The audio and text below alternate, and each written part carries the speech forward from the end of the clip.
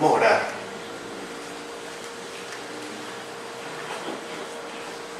Señor amado Padre Celestial,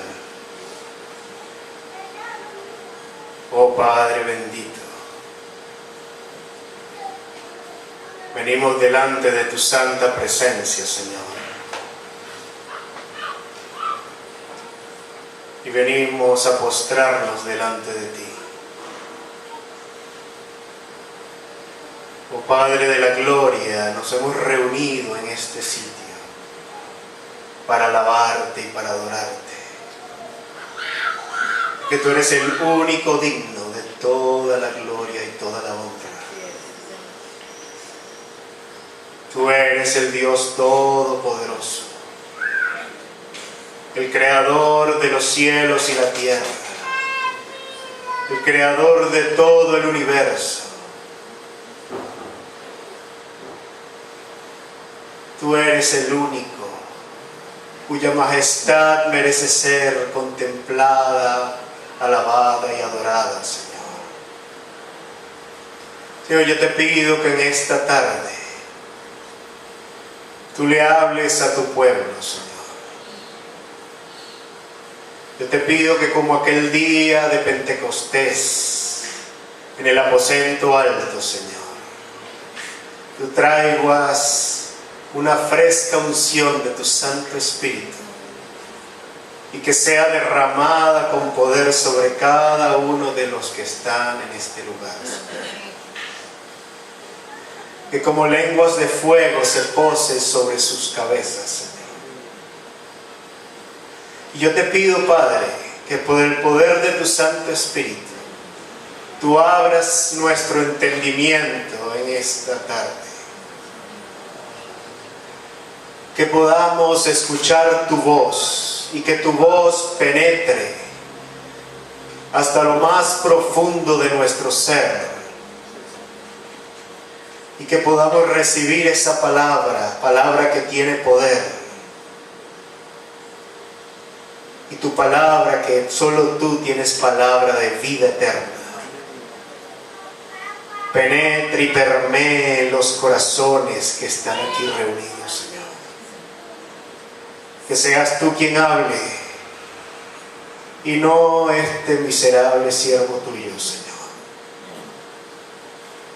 Habla tú, Señor, a través de mí. Háblale a tu pueblo, háblale a tus hijos. Que ellos puedan escuchar la voz de un Padre que los ama. Y un Padre que es todopoderoso, que es santo, santo, santo. Toma tu control, Señor, entonces de este tiempo. Toma control de nuestras mentes y nuestros corazones. Toma control de nuestras emociones y pensamientos. Y como cantamos esta mañana, Señor, queremos rendirlos todos delante de ti, Señor. Venga a nosotros tu reino en esta tarde, Señor. Porque te lo ruego en el nombre de tu Hijo amado, en quien tú te deleitas, nuestro Señor y Salvador Jesucristo. Amén.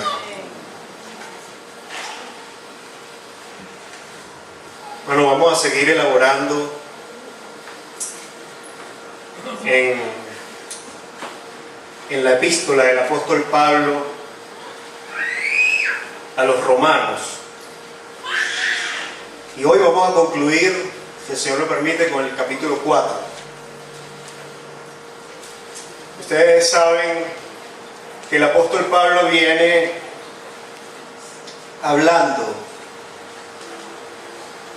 de que la justicia de Dios se ha revelado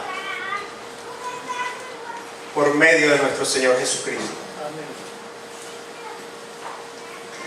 Y dice que esa justicia está disponible para todos, tanto para los judíos como para los gentiles, o sea, nosotros, los que no somos judíos. Y él sentencia en el capítulo 3, versículo 23, que todos hemos pecado que no hay justo ni siquiera uno. Y por cuanto todos hemos pecado, hemos sido apartados de la gloria de Dios. Y también nos decía en el capítulo 1, versículo 18, que la ira de Dios se ha revelado contra toda impiedad e injusticia.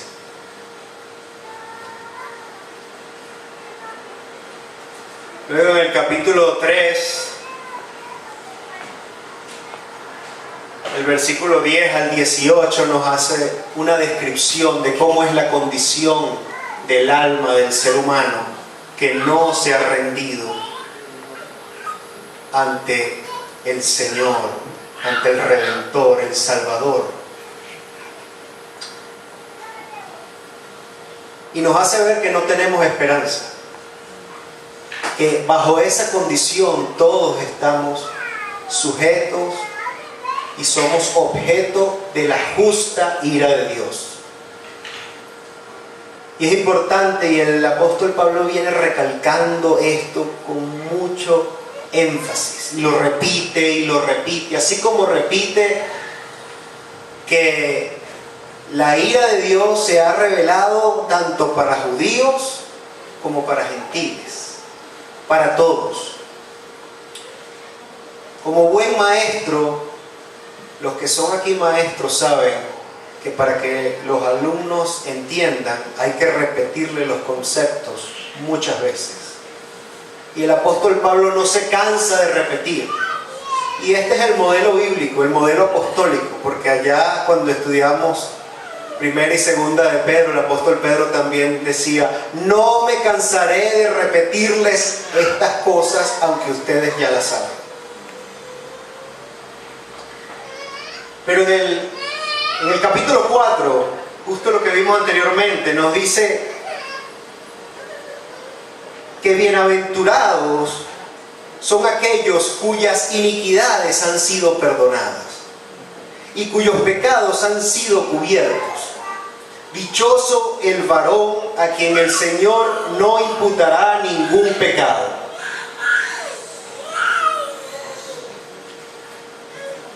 Entonces hay una esperanza, hay una dicha, y Dios ofrece esa esperanza al hombre, tanto al judío como al gentil. Y no se trata de la ley, no se trata de la circuncisión, sino que se trata de la fe. Y eso es lo que vamos a hablar en esta tarde. Yo titulé este sermón que la justificación es por medio de la fe y ambas por la gracia de Dios.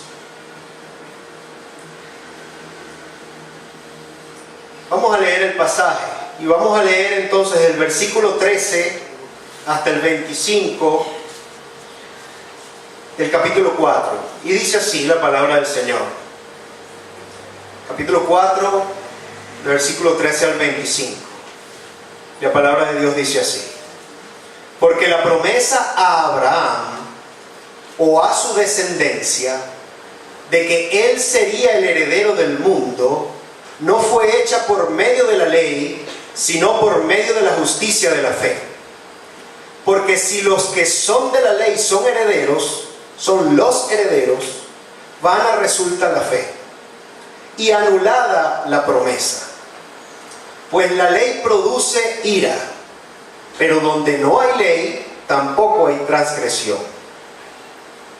Por eso es por fe, para que sea por gracia, a fin de que la promesa sea firme para toda su descendencia, no solamente para la que es de la ley, sino también para la que es de la fe de Abraham, el cual es Padre de todos nosotros delante de Dios. Como está escrito: te he puesto por padre de muchas gentes. A quien creyó, el el cual da vida a los muertos y llama las cosas que no son como si fuesen. Él creyó en esperanza contra esperanza, para llegar a ser padre de muchas gentes, conforme a lo que se le había dicho: así será tu descendencia. Y no se debilitó en la fe al considerar su cuerpo, que estaba ya como muerto, siendo de casi 100 años, o la esterilidad de la matriz de Sara. Tampoco vaciló por incredulidad ante la promesa de Dios, sino que se fortaleció en fe, dando gloria a Dios, plenamente convencido de que era también poderoso para hacer lo que había prometido. Por lo cual también le fue contada su fe por justicia. Y no solamente con respecto a él se escribió que le fue contada, sino también con respecto a nosotros, a quienes va a ser imputada, esto es, a los que creemos en el que levantó de los muertos a Jesús nuestro Señor, el cual fue entregado por nuestras transgresiones y resucitado para nuestra justificación. Amén.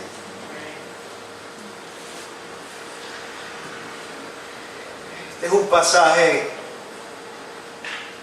cargado de vida y de palabra de Dios.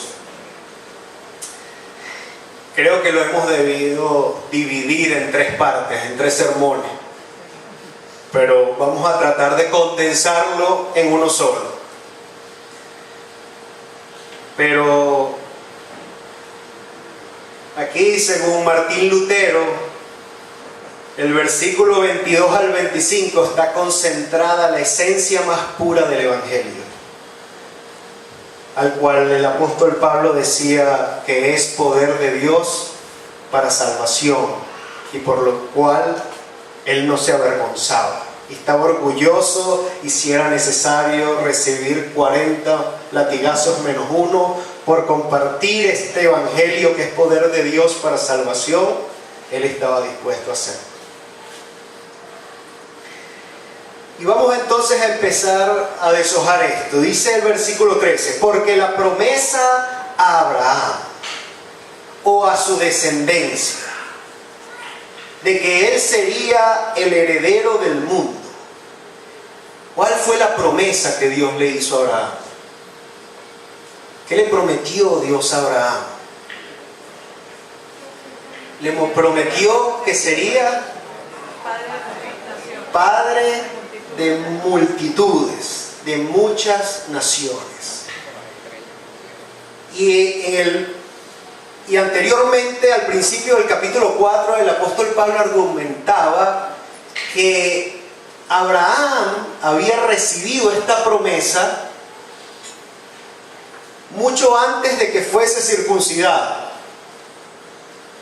14 años, si mal no me equivoco. 14 años antes de que fuese circuncidado, argumentando contra aquellos judíos que estaban aferrados a su tradición, es decir, que ellos creían que por el hecho de ser circuncidados ya eran salvos. Y Pablo viene con este argumento tan poderoso, este contraargumento, y dice: no, es que la promesa que Dios le dio al que ustedes llaman padre Abraham, se la dio antes de ser circuncidado. O sea que la circuncisión no vale para la justificación. Es simplemente una señal. Es algo externo que indica un pacto de Dios con su pueblo. Así como este anillo es una señal, un símbolo de que soy un hombre casado, ¿verdad? Y que le pertenezco a Daniela, mi esposa. Pero esto no me hace un buen esposo, el tener el anillo. Hay algunos que se lo quitan y se lo guardan en un bolsillo. Es un símbolo solamente. Dice, ¿y qué más decía? Pero es que somos salvos por la ley. Y el apóstol Pablo dice: no es por la ley, porque la promesa le fue dada a Abraham 430 años antes de que el Señor le diera la ley a su pueblo a través de Moisés, la ley mosaica, la Torá. Entonces no se trata de eso tampoco. Ahora, esta promesa que le dio el Señor a Abraham, de que sería padre de muchas naciones,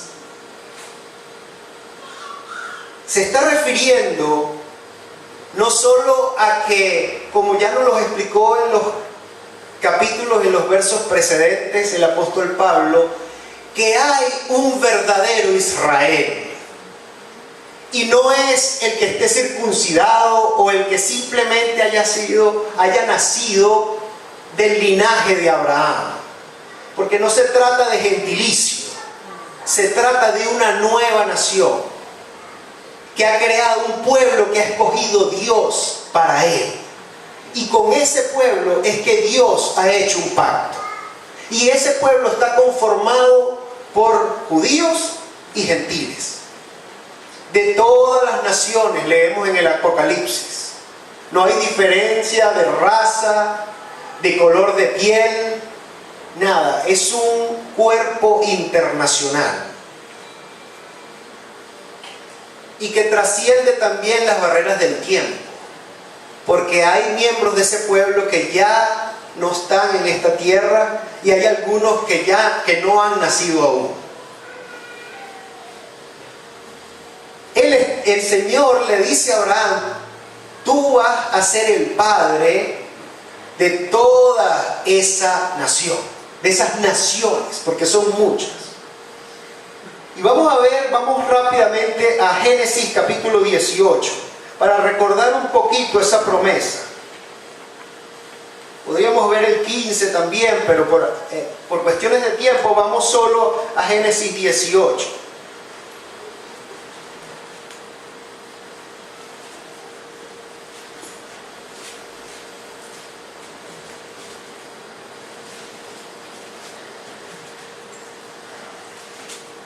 Sí, 18, versículo 18. Os voy a leer desde el 17. Y Jehová dijo: encubriré yo a Abraham lo que voy a hacer, habiendo de ser Abraham una nación grande y fuerte, y habiendo de ser benditas en él todas las naciones de la tierra. Entonces, dice: benditas todas las naciones de la tierra. Porque yo sé que mandará a sus hijos y a su casa después de sí, que guarden el camino de Jehová, haciendo justicia y juicio, para que haga venir Jehová sobre Abraham lo que ha hablado acerca de él. Y quizás vamos a ir a Génesis capítulo 15. Génesis capítulo 15. Voy a leer desde el 4. Allí está lo que anteriormente le había dicho Dios a Abraham. Y digo: luego vino a él, o sea, a Abraham, palabra de Jehová diciendo: no te heredará hablando de Ismael. Perdón, hablando pensaba que le iba a hacer la promesa, o que iba a tener la herencia algún criado o siervo. Dice: no, luego vino a él palabra de Jehová diciendo: no te heredará sino un hijo tuyo será el que te heredará. Y le sacó fuera y le dijo: mira ahora los cielos y cuenta las estrellas, si las puedes contar. Y le dijo: así será tu descendencia. Y creyó a Jehová y le fue contado por justicia. Y en el capítulo 12, versículo 3, dice: bendeciré a los que te bendigan y a los que te maldigan maldeciré. Y serán benditas en ti todas las familias de la tierra.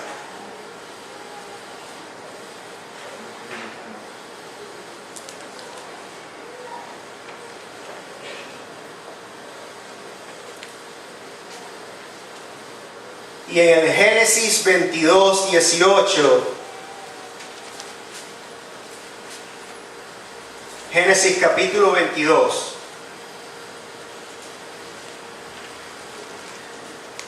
versículo 15, dice: y llamó el ángel de Jehová a Abraham segunda vez desde el cielo y dijo: por mí mismo he jurado, dice Jehová, que por cuanto has hecho esto y no me has rehusado tu hijo, tu único hijo, de cierto te bendeciré y multiplicaré tu descendencia como las estrellas del cielo y como la arena que está en la orilla del mar.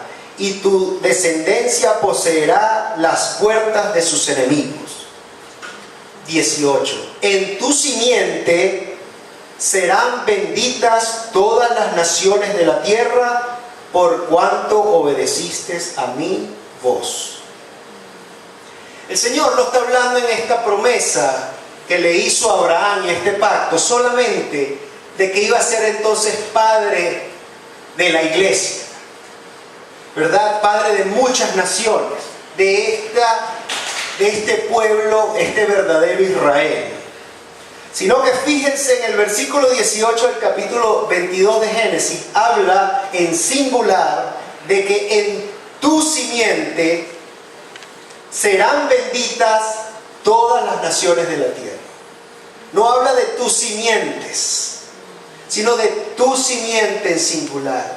Y ahí está haciendo referencia a que de Abraham iba a venir, y ya está ahí implícita la promesa de que de Abraham iba a nacer el Salvador, el Redentor, haciendo referencia a nuestro Señor Jesucristo.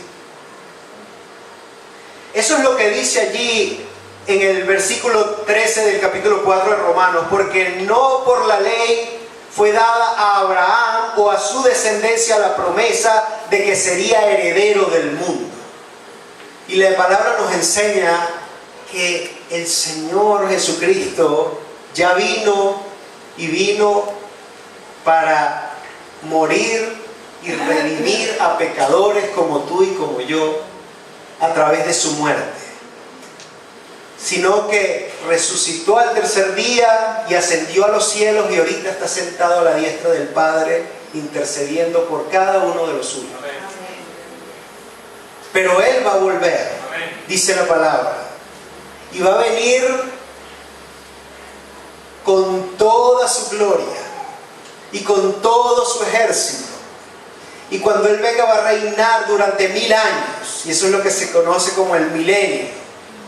Va a reinar durante 1000 años. Y aquí nos está diciendo entonces que su pueblo junto con nuestro Señor vamos a heredar.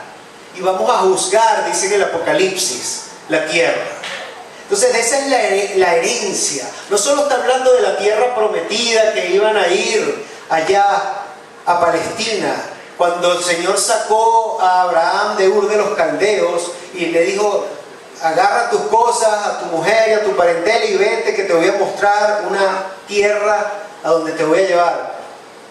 No se trataba solo de eso, esto va más allá. El apóstol Pablo está haciendo referencia a esa promesa que Dios le hizo a Abraham de esos nuevos cielos y esa nueva tierra, que son solo por medio de un intercesor entre Dios y los hombres, que es Cristo Jesús nuestro Señor. Volvamos entonces al texto, Romanos 4.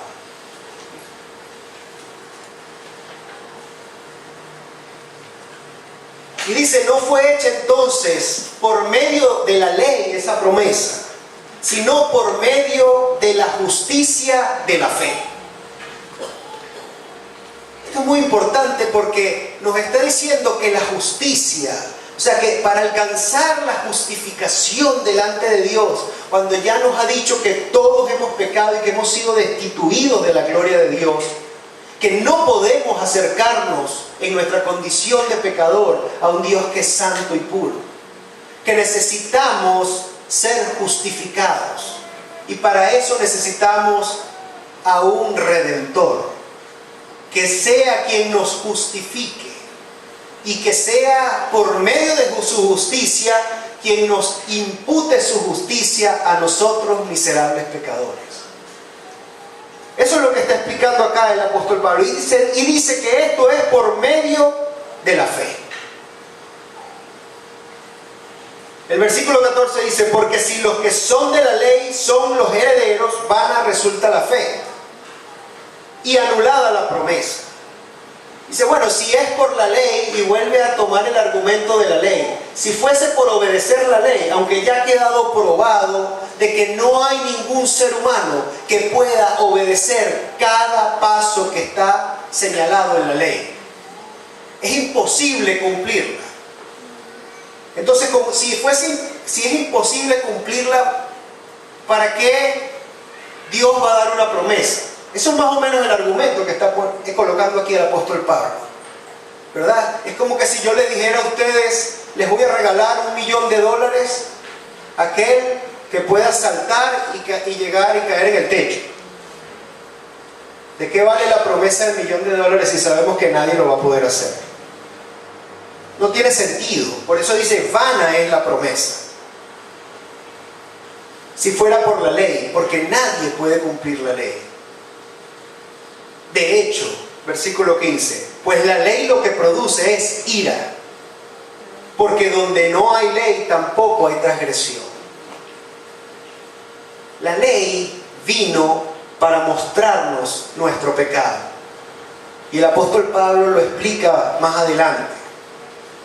Pero la ley, cuando uno no ha leído nunca la Biblia y empieza a leerla, y empieza a leer, caramba, pero yo no sabía que para Dios la mentira era abominable. ¿Y cuántas veces yo no he mentido?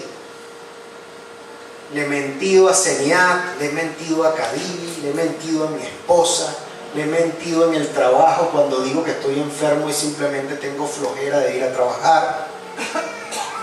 Cuando me copio en un examen, cuando digo que voy a buscar a un cliente y no lo busco. Cuando tú te ves ante ese espejo, entonces la ley te revela tu pecado. Y empiezas a entender, concha, yo no estaba consciente de esto.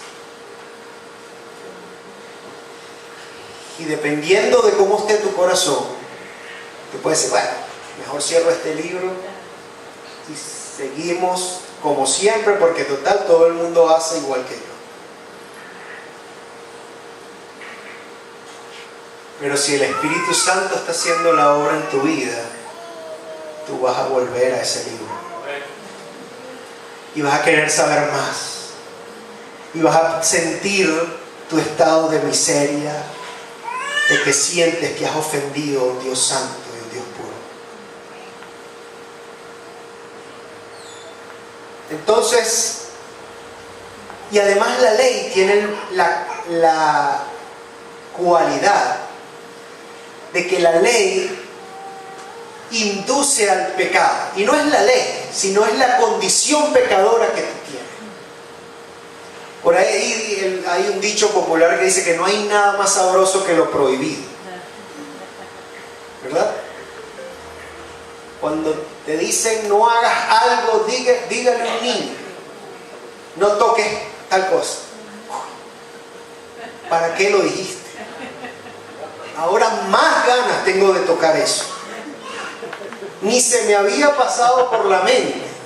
Si tú no me hubieses llamado la atención de ese objeto en la casa, yo ni me hubiese percatado. Pero es que ahora que me lo dijiste, es que veo lo atractivo que es. Igualmente es la ley.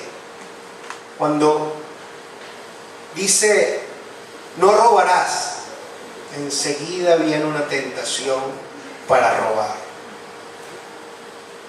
Para robar al Seniat, para robarle a Kadivi, para robar cualquier cosa.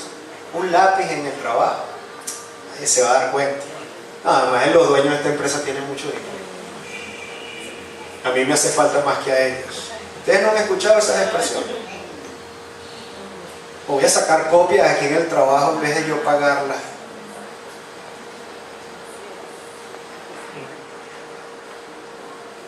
Dice, pero donde no hay ley, tampoco es transgresión. Porque en nuestra condición de pecadores no sabemos de todos los detalles que están marcados en la ley. Vuelvo al ejemplo, a lo mejor no sabías lo abominable que era para Dios la mentira. Y dice, concha, pero bueno, yo soy de los que dicen solo mentiritas blancas. Dios detesta la mentira. Y la palabra enseña que Satanás es el padre de las mentiras. Entonces, aquí, pero si tú no sabes de esto, no hay transgresión.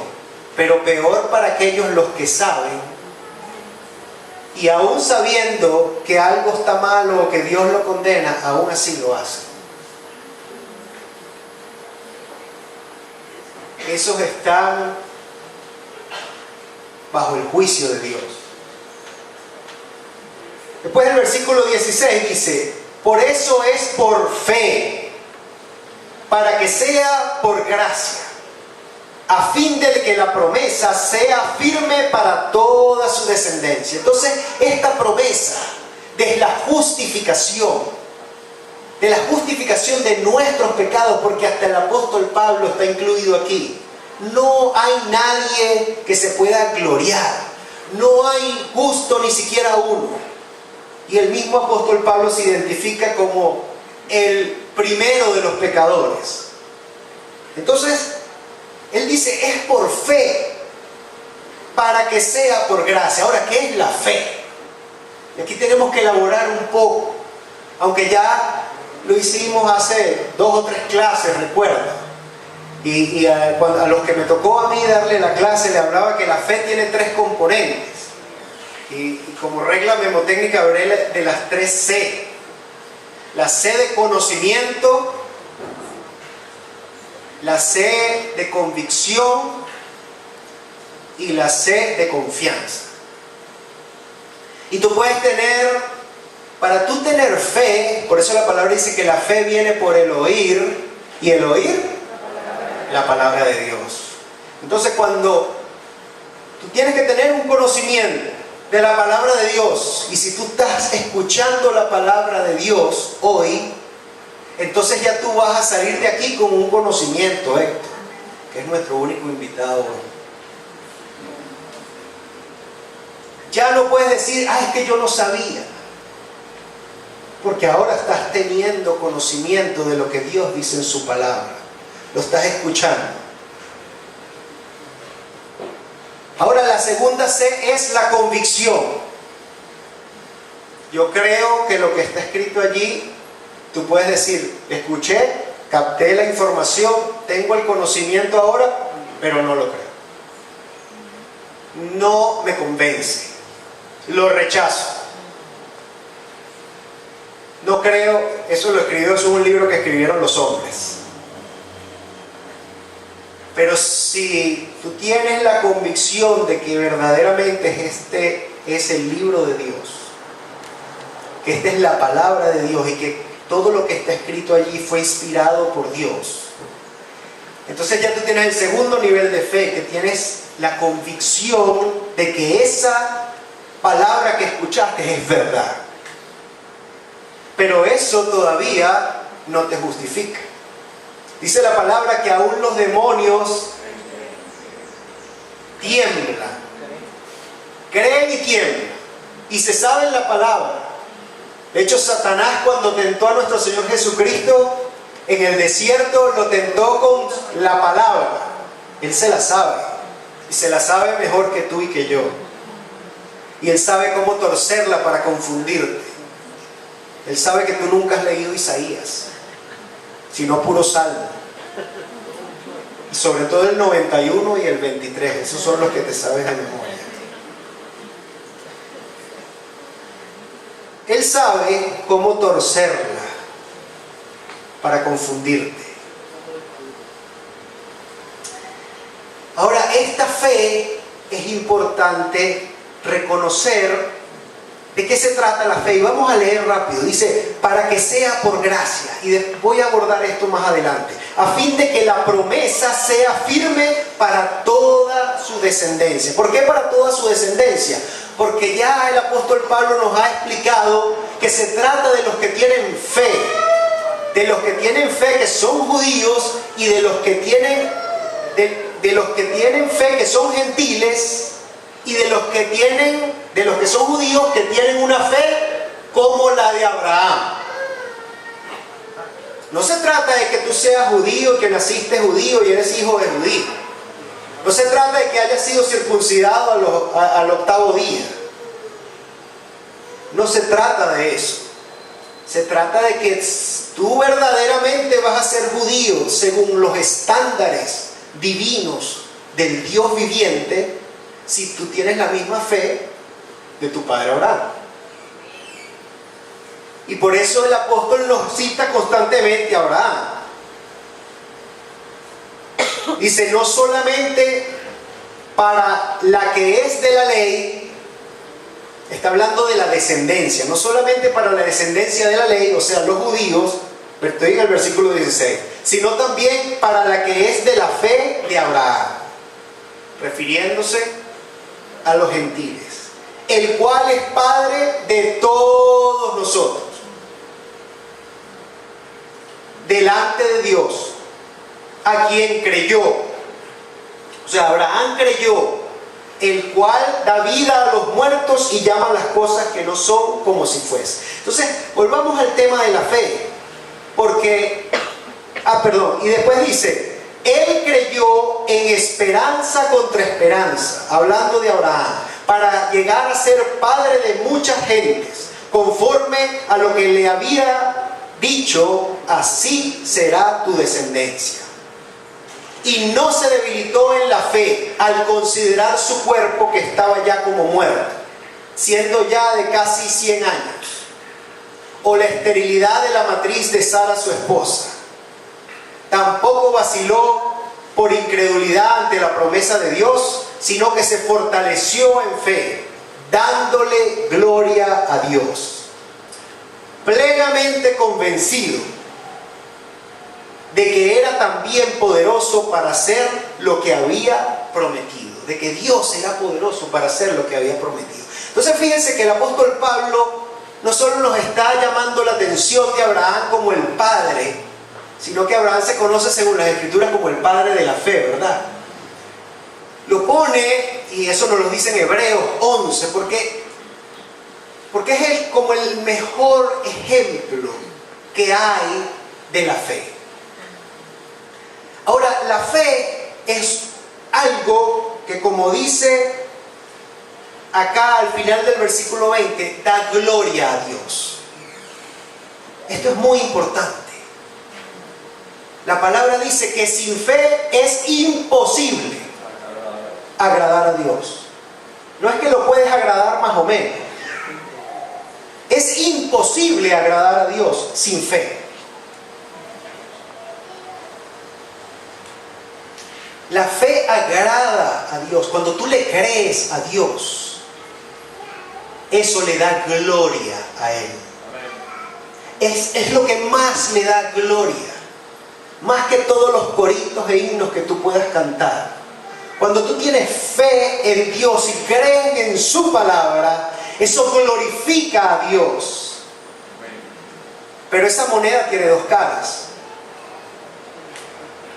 La otra cara de esa moneda es que cuando tú no crees en Dios, tú lo ofendes. Porque Dios dice, yo soy Dios y yo te dije algo y tú no me crees. Yo no sé si a ustedes les ha pasado, pero en mi trabajo, yo tenía un grupo antes de 12 personas bajo mi supervisión. Y yo me esforzaba por tratar de ser un buen supervisor. Y cuando yo me cuidaba mucho de decirle algo a uno de mis empleados, si no estaba plenamente seguro de que se lo iba a poder cumplir. Y traté de hacer eso una regla en mi desarrollo de mi carrera. Y mis empleados sabían que cuando yo les decía algo, yo iba a hacer todo lo posible porque eso se cumpliera. Fuese mantenerles las fechas que iban a salir de vacaciones, el que se las iba a respetar, o fuese un permiso especial, o fuese un aumento de sueldo.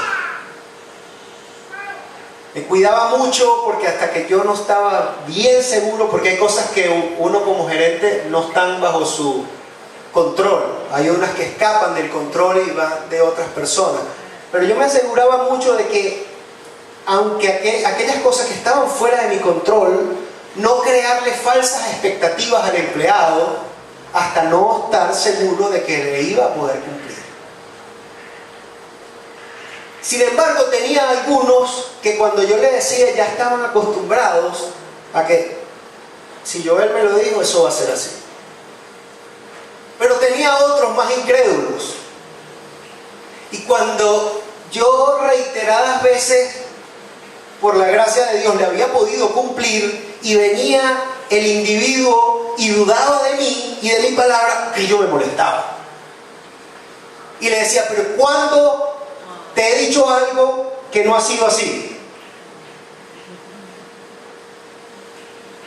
Bueno, imagínense, este pobre mortal trataba de cumplir su palabra. ¿Qué quedará para Dios? ¿Ustedes creen que Dios cumple lo que Él promete? ¿Y cómo crees tú que Él se siente cuando tú dudas de Él? Lo ofendes. Pero si crees en Él, le das gloria. Y la fe y el creer en Dios y trae como consecuencia inmediata obediencia. ¿Y por qué? Porque lo dijo Dios. Se acabó.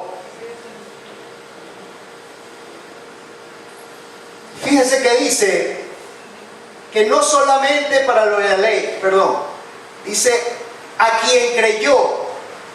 O sea, Abraham le creyó a Dios, el cual da vida a los muertos y llama las cosas que no son como si fuesen. ¿Tú sabes qué puede ayudar tu fe? Como dijo la señora Lourdes en su testimonio. Al final dijo, oren por mí, ¿verdad? Palabras más, porque mi familia conozca al Dios vivo, al Dios que yo conozco. Y yo quiero seguir conociéndolo. Cuando tú conoces a Dios, tu fe se fortalece. Porque tú no sabes.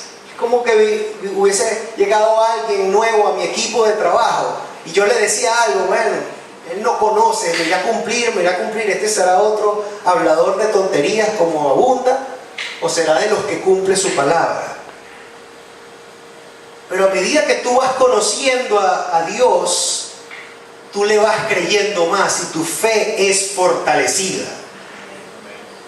Por eso si tú no conoces a Dios o lo conoces poco, siempre vas a estar dudando. Aquí dice que la fe de Abraham fue fortalecida. Dice en el 20, ante la promesa de Dios, sino que se fortaleció. Él no vaciló. Entonces ahora esto nos indica, cuando habla de fortaleza, que hay distintos grados de fe. Tú puedes tener poca fe o mucha fe, ¿verdad? Aquí el apóstol Pablo está trayendo un ejemplo de una fe muy fuerte como la de Abraham y que no fue de gratis. Aprendió y desarrolló esa fe. Ahora el Señor dice en su palabra que si alguno está falto de fe o de sabiduría, también la puede pedir. Hubo alguien que oró y le dijo al Señor Jesús, Señor, ayúdame en mi poca fe. ¿Se recuerda? Cuando el Señor estaba en la barca y se quedó dormido y vino la tormenta, Señor, nos ahogamos. El Señor se levantó y les dijo, ¿dónde está su fe? Al preguntarle dónde, el Señor está reconociendo, ustedes tienen algo de fe. Pero ¿dónde está? Porque la fe, como dice Santiago, sin obra es muerta. Y la fe implica acción. Y esa es la tercera C del concepto de fe, que es la confianza. Cuando tú tienes esa confianza y tú te agarras de esa palabra, te lleva a tomar acción, a tomar decisiones en función de esa verdad y de esa palabra. De eso se trata esta fe. Y por eso está usando a Abraham. Ahora, que la fe no es pensamiento positivo, que hay mucho ahorita, o hacerte no prestarle atención a la realidad. A la señora Lourdes le diagnosticaron un tumor en el cerebro. Y cuando el doctor le dijo eso, no fue, no tengo nada, estoy sana.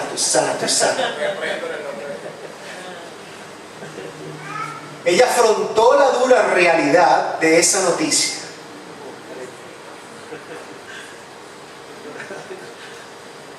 Y sus palabras fueron: Señor, dame fortaleza. Y todavía no conocía mucho al Señor como lo conoce ahora. Entonces la fe no es pensamiento positivo. La fe, fíjense como dice Abraham, él creyó en esperanza contra esperanza para llegar a ser padre mucho, y no se debilitó en la fe al considerar su cuerpo. No fue que Abraham dijo, yo sí voy a poder, a pesar de tener un hijo, a pesar de que tenía 99 años y su esposa tenía 90. Él estaba claro que era un viejo. Él estaba claro que no podía, físicamente y humanamente hablando, tener un hijo. ¿Qué fue él se cegó ante esa realidad? No, la palabra dice que él consideró su cuerpo. Seguro, no creo que se viera en un espejo porque no existía el espejo, ¿verdad? Pero él lo consideró, que estaba ya como muerto. Y no solo su cuerpo estaba como muerto, sino que la matriz de su esposa. Pero él dice que no vaciló. La palabra dice, no vaciló. O sea, no vacilar es que no tienes ni una pizca de duda. Porque él no estaba poniendo su mirada en su cuerpo, ni estaba poniendo su confianza en el cuerpo de su esposa. ¿Él en qué estaba creyendo? Dios lo dijo, y eso acaba los argumentos, los de la gente y los míos. Porque cuando tú estás atravesando una prueba, nunca va a faltar unos que te quieran venir a hacer dudar.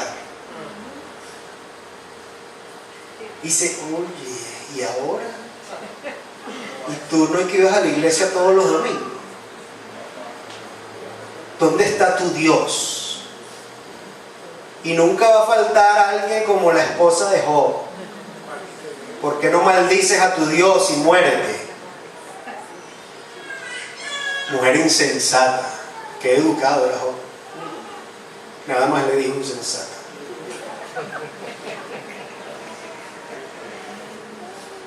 Dijo, tampoco vaciló por incredulidad. ¿A qué? Ante la promesa de Dios. Ahí está el meollo del asunto. No es creer, es que yo tuve una visión y voy a creer en la visión, porque yo tuve un pálpito, yo tuve un sueño. Abraham creyó a la palabra de Dios. Es bueno que no confundas tus emociones con discernimiento espiritual. Y eso pasa mucho en la iglesia hoy en día. Que se dejan llevar por las emociones y creen que el Señor me habló. Cuando el Señor habla, lo confirma y no se pone bravo si tú tienes dudas y le preguntas varias veces. Porque el que es profesor aquí sabe que no se pone bravo cuando el alumno viene y le pide aclaratoria al maestro. Tampoco dice, y sino que se fortaleció en la fe, dándole gloria a Dios. Plenamente convencido, versículo 21, de que Dios era también poderoso para hacer lo que había prometido. Cuando Dios dice algo, Él lo cumple. No importa tu condición, no importa lo que esté sucediendo alrededor, no importa lo que tus ojos vean. Los ojos de Abraham veían un cuerpo desgastado, sin un hijo, y veía una esposa ya viejita. Pero él no vio eso. Él, yo creo en el Dios. Porque una vez ese Dios lo sacó de su carpo y le dijo, mira el cielo. Esta mañana me paré a las 3 de la mañana y me paré en el balcón ahí del hotel. Estaba todo oscuro y vi las estrellas y me estaba acordando de este pasaje. El Señor le dijo a Abraham, mira el cielo y cuenta las estrellas a ver si las puedes contar. Como esas estrellas, así será tu descendencia. Este es el Dios Todopoderoso, el creador de los cielos y la tierra, aquel que había sacado a Abraham de Ur de los Caldeos y lo había traído con su mano poderosa y no le había faltado nada. Y lo había guiado durante todo el camino. Por eso es importante que tú conozcas a Dios. Es importante que establezcas una relación con Él, para que a medida que lo vas conociendo, tu fe se va fortaleciendo. ¿Y saben cómo se fortalece más la fe? En medio de una prueba como la señora Lourdes. Pero esta fe, déjame decirte algo. No puedes hacer nada tú para tenerla. ¿Sabes por qué? Porque es un regalo de Dios. Es por gracia. Es por su exclusiva gracia. ¿Y qué es gracia? Gracia es recibir algo que tú no te mereces. Es recibir algo que por el contrario te mereces todo lo contrario. Pero en la gracia y benevolencia de este Dios santo, Él se la da a quien Él quiere, cuando Él quiere y como Él quiere. Esta fe, tú lo único que puedes hacer es rogar por ella. Dile, Padre, fortalece mi fe. Porque esa es una convicción. La fe no es algo intelectual, no es algo de la voluntad del hombre. La fe es divina, es espiritual. Es ese convencimiento que escapa de tu entendimiento. Por eso Filipenses capítulo 4, 6 y 7 dice que por nada estéis afanosos. No importa cuál sea el tumor o cuántos tumores tengas. No importa cuántos cánceres puedes tener.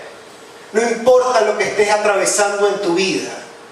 Por nada te afanes. Sino más bien sean puestas vuestras peticiones con oraciones y ruego.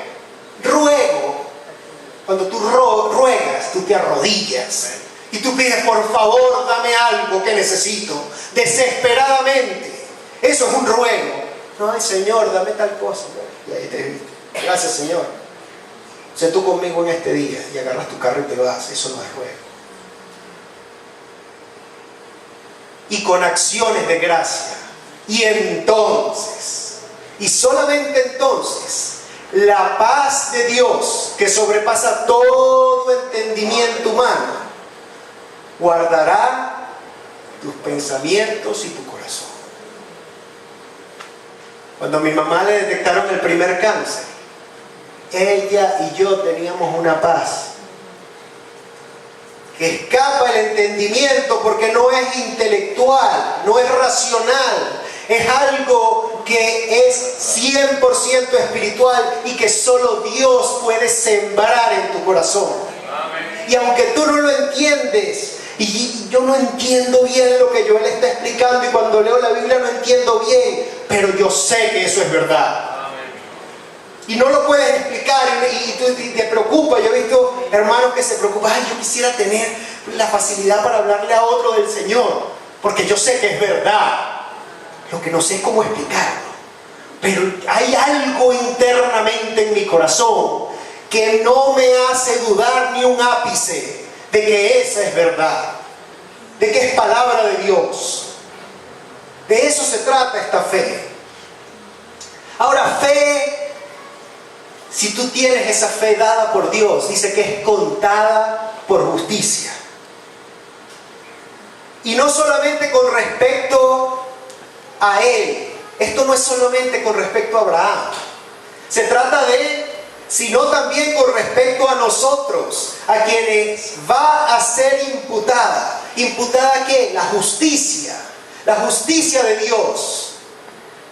Dice, a los que creemos en el que levantó de los muertos a Jesús, nuestro Señor. Esa justicia va a ser imputada a ti.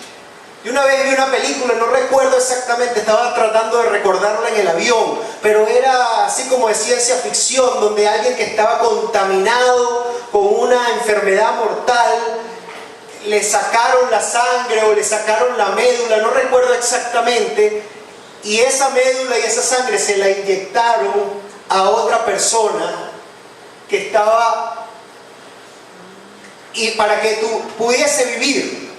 Pero al hacer eso, al darle vida a la otra persona, esta persona quedaba contagiada.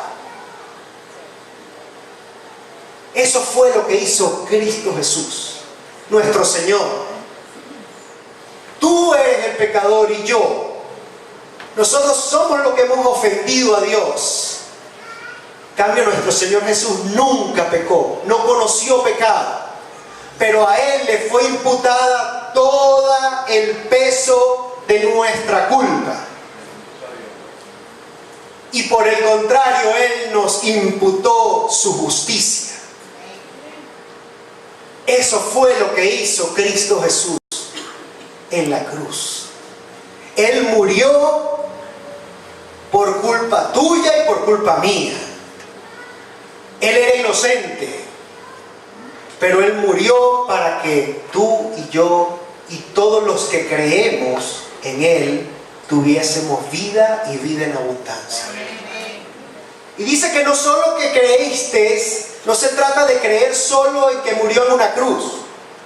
Aquí dice el versículo 24, y esto es muy importante, sino también con respecto a nosotros, a quienes va a ser imputada esta justicia, a los que creemos en el que levantó de los muertos a Jesús, nuestro Señor.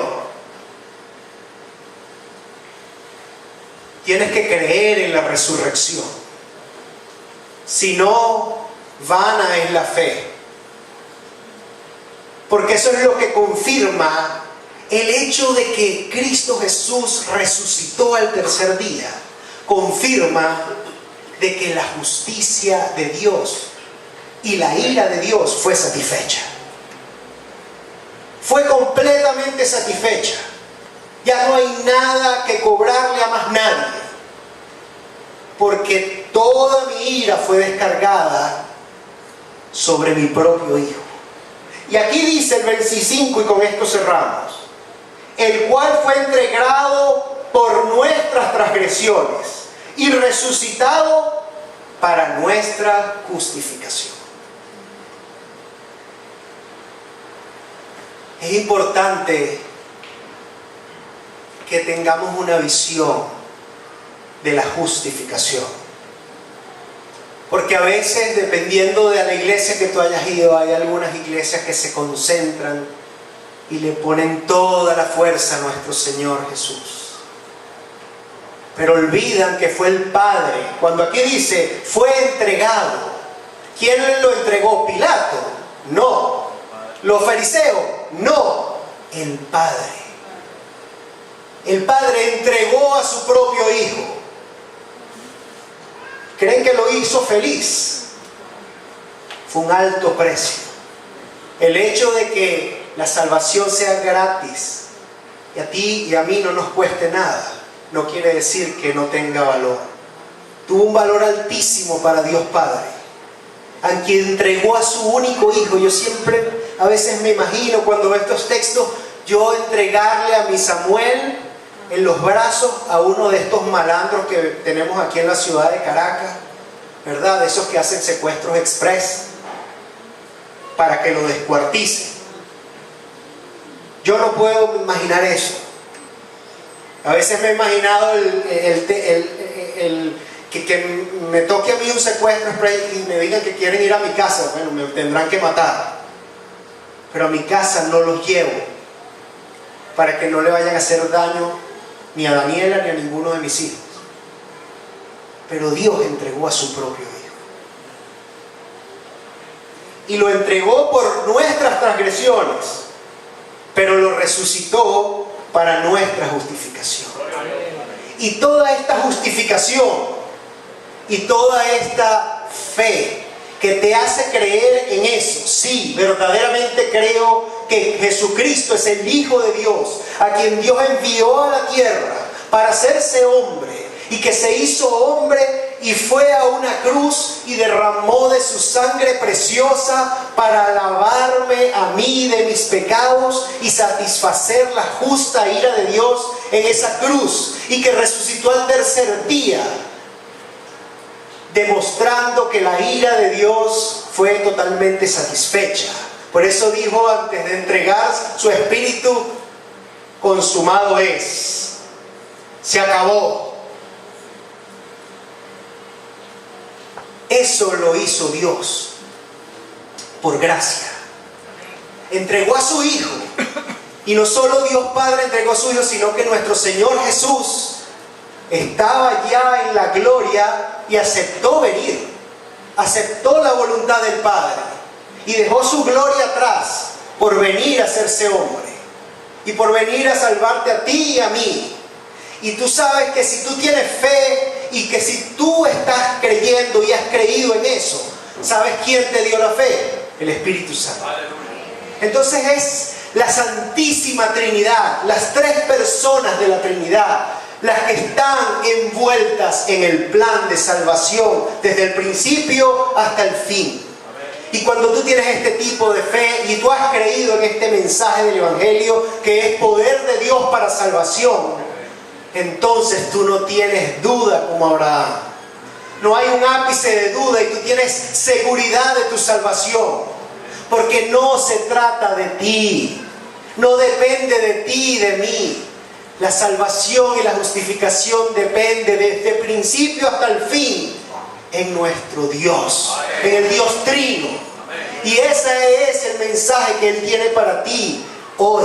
No importa si tú has venido acá muchos domingos, pero si hoy Dios te está hablando a ti, es porque Él quiere tener una relación contigo y que Él quiere que tú te rindas, como cantamos en el himno esta mañana, ante Él, y tú lo recibas, que tú te arrepientas de tu pecado, que tú te entregues tu vida a Él y que lo aceptes como el Señor y el Salvador de tu vida. Vamos a orar. Señor amado Padre Celestial, gracias te damos por tu palabra. Gracias por tu gracia. Ayúdanos a no mirar nuestra condición. Quizás hay aquí en este lugar alguien que en esta tarde que está viendo su condición de pecado y dice: yo no me puedo acercar así a Dios. ¿Cómo me puedo acercar a Él? Dios te dice que no se trata de ti, se trata de Él. No se trata de lo que tú puedes hacer para conseguir esta justificación. Se trata de lo que Él ya hizo. consumado es. Tú solo eres llamado a creer y a apropiarte de esa verdad. Y no importa lo que tú hayas hecho, no importa los pecados que hayas cometido, no importa de qué pozo te sacó el Señor. Si tú estás dispuesto a venir a Él y a decirle: Padre, he pecado contra el cielo y contra ti, perdóname y lávame, Él te recibe como al Hijo pródigo. Padre de la gloria, gracias por tu gracia. Padre, gracias porque nuestra salvación y justificación no depende de nosotros. Por eso el apóstol Pablo nos dice: porque estoy convencido que nada podrá separarme del amor de Dios, que es en Cristo Jesús, Señor nuestro. Ni los ángeles, ni principados, ni lo alto, ni lo profundo, ni ninguna otra cosa creada, para los que estamos en Cristo Jesús. Señor, yo te pido que abran los ojos espirituales y oídos de aquellos que aún no te conocen.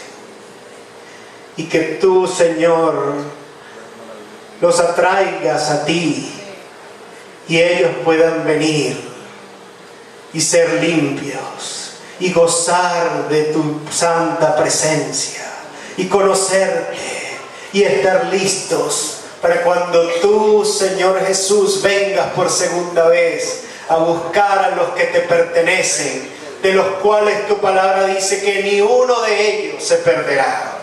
Por eso te alabamos y te adoramos en esta tarde y te damos gloria y honra. Fortalece nuestra fe, Señor, y ayúdanos a no ofenderte, ayúdanos a conocerte cada día más, para que cada día más podamos glorificarte, creyendo en tu palabra y creyendo en ti.